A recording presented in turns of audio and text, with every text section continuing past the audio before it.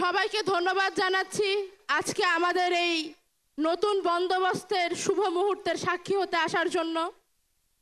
আমি স্বপ্ন দেখেছিলাম যে এই বাংলাদেশে এমন একটি শক্তির উত্থান ঘটবে যারা শুধুমাত্র বাংলাদেশপন্থী হবে, যারা শুধুমাত্র বাংলাদেশকে আগে রেখে চিন্তা করবে।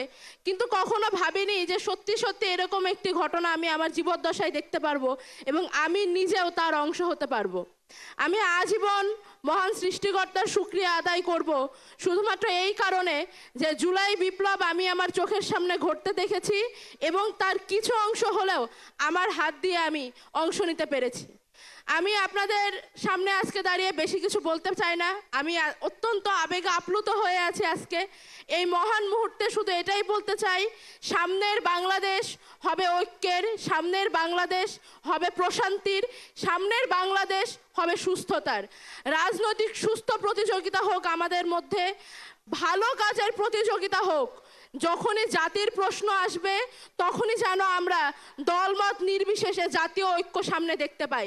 আমি আমার সামনে আপামর জনতার সাথে অনেক প্রবীণ রাজনীতিবিদদের দেখতে পাচ্ছি। আপনাদের সকলের কাছে দোয়া চাই, ভালোবাসা চাই, শুভকামনা চাই। আমরা তরুণ, আমরা অনেক বড় দায়িত্ব হাতে নিয়ে এগোতে যাচ্ছি। আপনারা আমাদের প্রতি দোয়া রাখবেন, আমাদের শুভকামনা জানাবেন এবং একই সাথে দেশের আপামর জনতার কাছে বলতে চাই, যেই নতুন দায়বদ্ধতা নিয়ে আমরা রাস্তায় নামছি, আপনাদের কাছে আসছি, আমরা আজীবন আমৃত্যু সেই দায়বদ্ধতা পালন করে যাব। সবাই ভালো থাকবেন, সুস্থ থাকবেন। আল্লাহ হাফেজ। ইনকিলাব জিন্দাবাদ।